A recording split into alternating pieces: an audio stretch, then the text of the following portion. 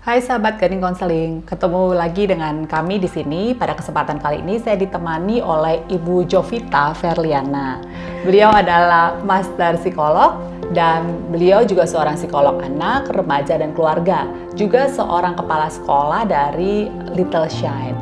Nah, di kesempatan kali ini saya bacakan ya email yang masuk. Saya RD, usia 32 tahun, seorang wanita. Sejak menikah 3 tahun lalu, saya memutuskan untuk tidak lagi bekerja karena ingin full mengurus suami dan rumah tangga. 2 tahun setelah menikah, kami dikaruniai buah hati yang lucu dan menggemaskan. Sekarang buah hati kami berusia 1 tahun. Saya sangat senang dan menikmati setiap momen saya bersama dengan buah hati saya. Sebenarnya, hal ini tidak menjadi masalah. Hal yang menjadi keresahan saya saat ini adalah sejak dahulu, yang saya ingat sebanyak saya awal kuliah, saya memiliki kebiasaan impulsif buying. Saya suka membeli barang-barang yang sebenarnya tidak saya perlukan. Saya membeli hanya karena melihat iklan, lucu, melihat di sosmed, atau ikutan teman-teman. Saya pun sering berbelanja barang-barang bermerek karena barang bermerek itu keren-keren. Namun nggak selalu sih harus barang bermerek. Barang-barang biasanya pun saya beli. Setelah membeli, beberapa barang tersebut bahkan tidak saya gunakan. Dan akhirnya kalau sudah lama tersimpan, paling-paling kalau ada teman datang atau saudara yang datang, terus mereka minta barang yang mereka inginkan, dan saya langsung memberikannya begitu aja. Karena saya pikir saya tuh tidak memakainya. Ini berlangsung hingga saat ini. Awalnya hal ini nggak menjadi masalah, karena saat saya kuliah, orang tua saya berkecukupan dan memberikan saya uang bulanan yang cukup besar. Setelah kuliah pun saya langsung mendapatkan pekerjaan dengan gaji yang lumayan besar juga, plus orang tua saya masih juga menyupport saya uang bulanan. Hanya saja masalah mulai muncul sejak saya menikah. Orang tua saya kan tidak lagi memberikan uang bulan pada saya, dan saya juga belajar menghormati suami saya. Saya pun sudah tidak bekerja lagi. Awal pernikahan suami saya tidak keberatan. Saya membelanjakan banyak barang dan dia juga memberikan kartu kredit untuk saya gunakan secara pribadi. Hanya saja karena tagihannya menjadi sangat besar dan tidak masuk akal, maka sejak tahun lalu dia mulai komplain tentang cara saya menggunakan uang. Terlebih bisnis suami selama pandemik mengalami penurunan. Dan kami pun sekarang sudah ada si buah hati kami. Akhirnya suami saya meminta saya untuk berhemat karena akan ada banyak biaya yang dibutuhkan di depan ini untuk anak kami. Sepertinya biaya-biaya uang sekolah, kebutuhan sehari-hari, popok, susu, permainan edukasi, dan sebagainya. Saya tahu sih cara saya menggunakan uang selama ini salah. Namun saya tidak dapat menahan diri.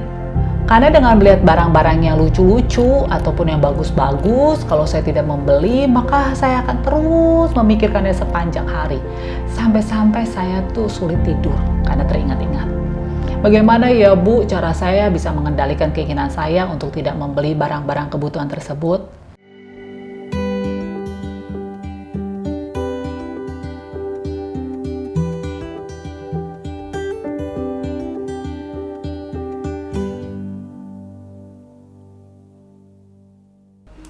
Senang sekali mendengar RD menikmati peran sebagai ibu. Selamat ya RD ya. Nah, impulsif buying itu adalah suatu perilaku seseorang untuk membeli sesuatu secara spontan, tanpa perencanaan, dan kurang memikirkan konsekuensi dari hasil membeli barang tersebut. Bagi impulsif buyers, 5 proses tahap pembelian, yaitu pengenalan produk, pencarian informasi, evaluasi alternatif, keputusan pembelian, dan perilaku pasca pembelian tidak berlaku lagi. Yang dirasakan hanyalah kepuasan setelah membeli saja. Kasus impulsif buying bermacam-macam dan harus dicari akar permasalahannya. Ingat ya, akar permasalahan menjadi hal yang penting di sini. Nah, cobalah juga untuk melihat kapan perilaku ini meningkat. Misalnya, apakah saat awal bulan, atau saat sedang stres, saat menjelang menstruasi, saat tidak melakukan aktivitas, atau ada timing-timing lainnya, dan siasatilah timing tersebut. Selain itu, hal yang paling penting dilakukan adalah RD disarankan melakukan terapi keuangan dengan cara sebagai berikut. Yang pertama adalah buatlah pos keuangan mulai dari sekarang. Sebagai awalnya, buatlah terlebih dahulu 3 pos. Pos pertama untuk kebutuhan sehari-hari, pos kedua belanja untuk hobi atau kesenangan, pos ketiga adalah tabungan. Nah, buat 3 pos ini dulu sehingga berhasil, barulah ditambah pos-pos yang lainnya. Bedakan antara keinginan dan kebutuhan. Kebutuhan adalah barang-barang yang harus dibeli karena memang dipakai sehari-hari dan tidak ada yang bisa menggantikannya. Misalnya berbelanja sayur, buah untuk dikonsumsi sehari-hari. Berikutnya, barang kebutuhan sehari-hari dibeli secara mingguan. Ingat, jangan harian ya, karena akan semakin menambah keinginan untuk membeli secara banyak kalau belanjanya harian. Dan bila memungkinkan, minta ditemani saat berbelanja kebutuhan ini. Ingat, penting untuk impulsive buyer saat treatment awal, yaitu ditemani pada saat belanja.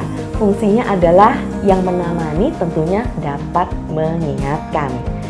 Yang ketiga, untuk pos kedua, berikan batasan. Misalnya batasannya 1 juta per bulan atau berapapun itu yang penting dibatasi. Nah, berikutnya adalah batasi juga limit kartu kredit kalau menggunakan kartu kredit. Yang berikutnya, tuliskan pengeluaran harian kamu. Dengan demikian, RD dapat dengan sadar tahu berapa sih saldo sisanya. Setelah itu, terapkanlah konsekuensi pada diri sendiri. Misalnya, bila uang habis sebelum waktunya, maka konsekuensinya adalah limit pengeluaran di bulan berikutnya itu akan dikurangi. Selain itu, berikan juga self-reward saat berhasil. Misalnya, bila berhasil menggunakan keuangan sesuai perencanaan, maka di akhir bulan, RD boleh makan di resto yang disukai. Dan yang terakhir nih, bila masih tidak berhasil juga dalam mencoba menerapkan yang tadi sudah disebutkan, maka disarankan bagi RD untuk melakukan konsultasi ke Gading Konseling karena berarti ada akar penyebab masalah yang lain. Ingatlah, untuk memulai diperlukan niat dalam diri, minta bantuan dari orang terdekat untuk mengingatkan, butuh kedisiplinan dan juga konsistensi. Oke, thank you banget Bu Terima Jovita. kasih, sama-sama. Sahabat Gading Konseling, itu kayaknya udah clear banget semua jawabannya. Tapi tadi kalau memang ini dirasakan oleh RD masih belum ketemu akarnya, silahkan datang ke Gading Konseling. Dan untuk sahabat Gading Konseling yang lain, mungkin ini cukup menjawab kalau memiliki hal yang sama. Tapi kalau enggak, kalau memang masih ada hal lainnya yang ingin dibagikan dengan kami, silahkan hubungi kami di nomor yang ada di video ini. Dan kami juga minta sama sahabat Gading Konseling dukungannya, support untuk subscribe YouTube channel kami dan like video ini, juga kami tunggu komennya. Thank you.